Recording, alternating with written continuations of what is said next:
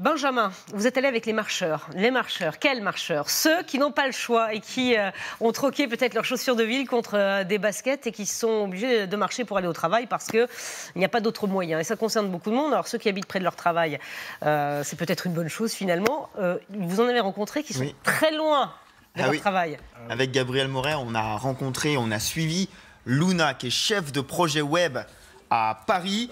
Je peux vous dire que cette semaine, elle a sans doute battu son record de kilomètres à pied en une semaine. Je vais vous montrer son trajet domicile-travail. On part de Porte de Bagnolet, donc tout à l'est de Paris, pour aller au sud-ouest dans le 15e arrondissement. Si on fait le calcul, c'est une dizaine de kilomètres, 2 heures de marche. Pas de métro, pas de tram, elle n'avait pas trop le choix. Ils nous ont dit au boulot qu'il fallait qu'on trouve un moyen d'arriver. Et en plus, par rapport au transport, il n'y avait vraiment aucune autre solution. Tout était, soit les transports étaient inaccessibles, soit fermés. Pourquoi pas le vélo, par exemple? Parce que j'en ai pas. Et parce que le Vélib, c'est super lourd et que je trouve ça moins pire de marcher que de faire du Vélib, je crois. Voilà. Alors, bonne nouvelle pour Luna. Ce matin, a priori, elle fera du télétravail. Elle a obtenu de son employeur le fait de pouvoir au moins télétravailler quand il fait pas beau. Ce matin, en l'occurrence, c'est le cas. Parce qu'il y a le cas lundi. Lundi, elle a vécu vraiment un calvaire. C'est-à-dire que lundi, si vous vous souvenez, c'était tempête, pluie. Elle nous a montré les images. Alors, tempête, pluie, n'exagérons pas. Alors, regardez le parapluie. Alors, bref, lundi, il tombait des seaux d'eau à Paris et sur toute la France. Elle a souffert 2 heures à l'aller, 2 heures au retour le soir. Et ce qu'elle nous dit, c'est que ça a eu clairement un impact sur son efficacité au travail. Mais t'as plus envie de bosser, t'es tellement en mauvaise humeur, etc. Moi, c'était ça le pire truc, quoi. C'était vraiment d'être trempée, donc pas bien physiquement, psychologiquement, émotionnellement, j'étais énervée. Et du coup, après, on te demande de bosser, sachant que le soir, tu vas refaire 2 heures. Moi, j'arriverais pas à faire le même travail que d'habitude, c'est sûr. Voilà, ce qu'elle nous racontait, c'est qu'elle n'était pas la seule. D'autres collègues avaient fait des trajets comparables. Donc, pour l'entreprise, c'est aussi à prendre en compte la fatigue de ces gens qui marchent. On comprend effectivement quand on n'a pas l'habitude de marcher et qu'on ferait 4 heures d'un coup dans la journée, forcément, on est fatigué et moins efficace au travail.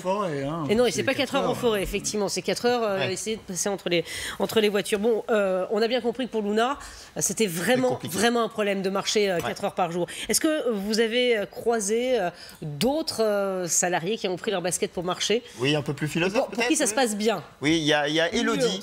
Élodie qui a été suivie par François-Xavier Ménage. On a mobilisé vraiment toute la rédaction sur ce sujet.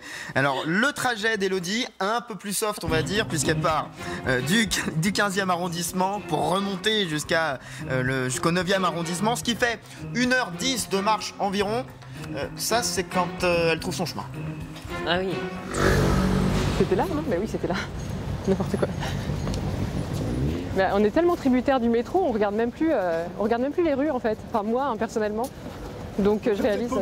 Je suis un petit peu paumée, ouais. Mais ça va, je le prends bien. Ça m'oblige à réfléchir en fait, à penser à la géographie de Paris. Voilà la redécouverte de Paris par la grève. Vous aurez compris que Élodie n'a pas vraiment l'habitude d'aller au travail en marchant. Et du coup, elle y voit pour le coup au moins un avantage majeur. Le matin, c'est quand même moins difficile, je trouve. Il y a quelque chose d'un peu sportif. Et donc, dans mon cas, en tout cas, d'assez positif parce que j'ai pas du tout l'habitude de marcher pour aller au travail. Donc, voilà, c'est aussi s'ouvrir à de nouvelles pratiques de mobilité. Nous préciserons que cette séquence est tournée, vous aurez remarqué, sous un beau ciel bleu. J'allais vous le dire, et Benjamin. que ce matin, ce sera sans doute un peu plus compliqué. C'est-à-dire que c'est rarement le cas à Paris. Je ne sais pas quel jour vous avez tourné, il y en avait un. Un peu plus compliqué. Effectivement, dans ce quartier, apparemment.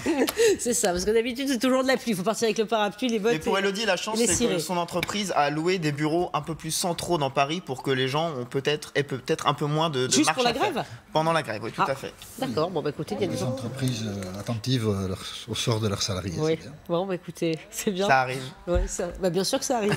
Benjamin, 7h45.